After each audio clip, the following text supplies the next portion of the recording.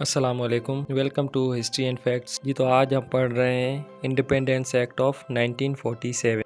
इससे पहले हमने पढ़ा था कि 3 जून प्लान, जो कि एक मंसूबा था जिसके तहत पार्टीशन ऑफ इंडिया होना था। बड़े सगीर को 2 हिस्सों में डिवाइड करना था और ब्रिटिश जो रूल है वो यहाँ से लैप्स कर जाना था और जो डोमिनियंस बननी थी उनको भी पावर देना था। मगर इंडिपेंडेंस एक्ट ऑफ 1947 जो है लीगल डॉक्यूमेंट जिसमें पार्टीशन ऑफ ब्रिटिश इंडिया और establishment of India and Pakistan दो डोमिनियंस थी उनको एक्सेप्ट किया गया लीगली। इस एक्ट को 4 जुलाई 1947 को हाउस ऑफ कॉमन में इंट्रोड्यूस करवाया गया और रॉयल असेंट यानी जो क्राउन था उसकी असेंट के बाद 18 जुलाई 1947 को एज अ लॉ माना गया। इस एक्ट में अगर देखा जाए तो 20 जो है सेक्शंस हैं, 3 शेड्यूल्स हैं और 3 पार्ट्स हैं। मगर जो इसकी मेन प्रोविजंस हैं यानी कि इंपॉर्टेंट प्रोविजंस है वो भी हम देखेंगे और जो इंपॉर्टेंट सेक्शंस हैं वो भी हम पढ़ते हैं। जिसमें हम प्रोविजन से स्टार्ट करते हैं तो उसमें ये है कि the partition of British India and establishment of 2 dominions. जो इंडिया है सब कॉन्टिनेंट है उसको 2 हिस्सों में तकसीम किया जाएगा लीगली और 2 डोमिनियंस बनेंगी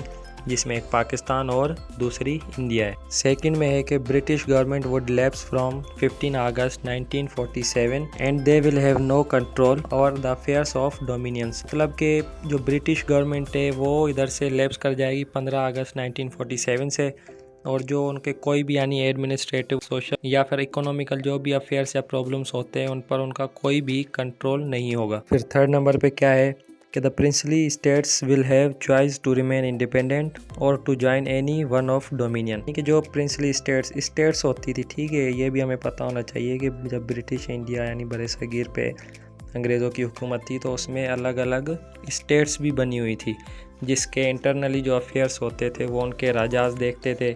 बाकी जो एक्सटर्नल अफेयर्स या प्रॉब्लम्स होती थी वो ब्रिटिश गवर्नमेंट हैंडल करती थी। तो अब जब पार्टीशन का टाइम आया तो उन्होंने उसमें ये मेंशन किया कि अभी उन स्टेट्स पर जो है हमारी तो हुकूमत नहीं रही, इसलिए उनके पास अपनी चॉइस है कि वो किस डोमिनियन को ज्वाइन करना चाहती हैं या फिर वो इंडिपेंडेंट रहना चाहती हैं। फोर्थ प्रोविजन में है कि abolition of title emperor of India by crown, यानी कि जो इंडिया के लिए ब्रिटिशर्स यूज़ करते थे एम्पेरर ऑफ इंडिया, तो अभी वो यूज़ नहीं किया जाएगा। लास्ट में है कि treaties and agreements between Britishers and any of the authorities in the tribal areas will left. जो एग्रीमेंट्स या फिर ट्रीटीज ब्रिटिशर्स ने की थी स्टेट के साथ या फिर जो ट्रिबल एरियाज थे सब कॉन्टिनेंट में, वो उनके जाने से 15 अगस्त 1947 से वो भी ख़त्म हो जाएंगे। तो ये तो हमने प्रोविजंस देख ली जो कि इम्पोर्टेंट थी। अब हम देखते हैं कि सेक्शंस कौन से थे। जो 20 सेक्शंस हैं वो पढ़ते हैं। अब इसमें फर्स्ट है कि 2 dominions in British India from 15 August 1947। Simply ये है कि 15 अगस्त 1947 से ब्रिटिश इंडिया में 2 डोमिनियंस होंगी जिनको हम जानते हैं कि एक इंडिया है और दूसरी पाकिस्तान। सेकंड जो सेक्शन है वो रिलेटेड है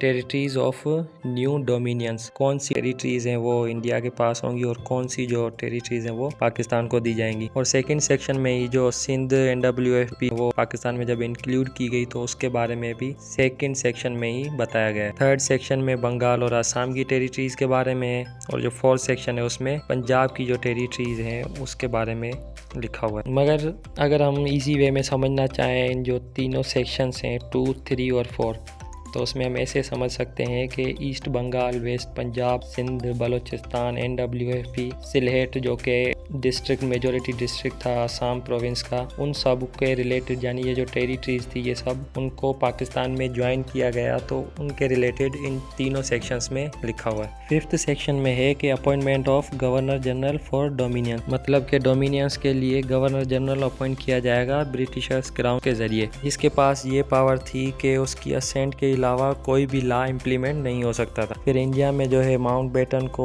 एज अ गवर्नर जनरल और पाकिस्तान में फर्स्ट गवर्नर जनरल जो बने थे वो थे कायदे आज़म मोहम्मद अली जिन्ना। 6 सेक्शन में जो है वो लेजिस्लेटिव सुपरमेसी दी गई, यानी कि जो डोमिनियंस हैं वो आज़ादी से अपना आइन बना सकती हैं। 7 सेक्शन में consequences of setting new dominions को मेंशन किया गया है और जो 8 पे है वो है existence of government of India act 1935 till their own constitution is framed. मतलब कि जो न्यू डोमिनियंस हैं जब तक वो अपना कॉन्स्टिट्यूशन फ्रेम कर लें तब तक गवर्नमेंट ऑफ इंडिया एक्ट 1935 को अपने एडमिनिस्ट्रेटिव सिस्टम में यूज़ करें। तो फिर क्योंकि पाकिस्तान का जो कॉन्स्टिट्यूशन है वो 1956 में बना, इसलिए 1956 से पहले government of India act Pakistan में इम्पोज था। और जो 9th सेक्शन है उसमें ये है कि order for bringing this act into force, यानी कि जो इंडिपेंडेंस एक्ट ये दिया गया है उसको इम्प्लीमेंट किया जाए। तो ये थे जो मेन सेक्शंस थे इंडिपेंडेंस एक्ट ऑफ 1947 के, वो हमने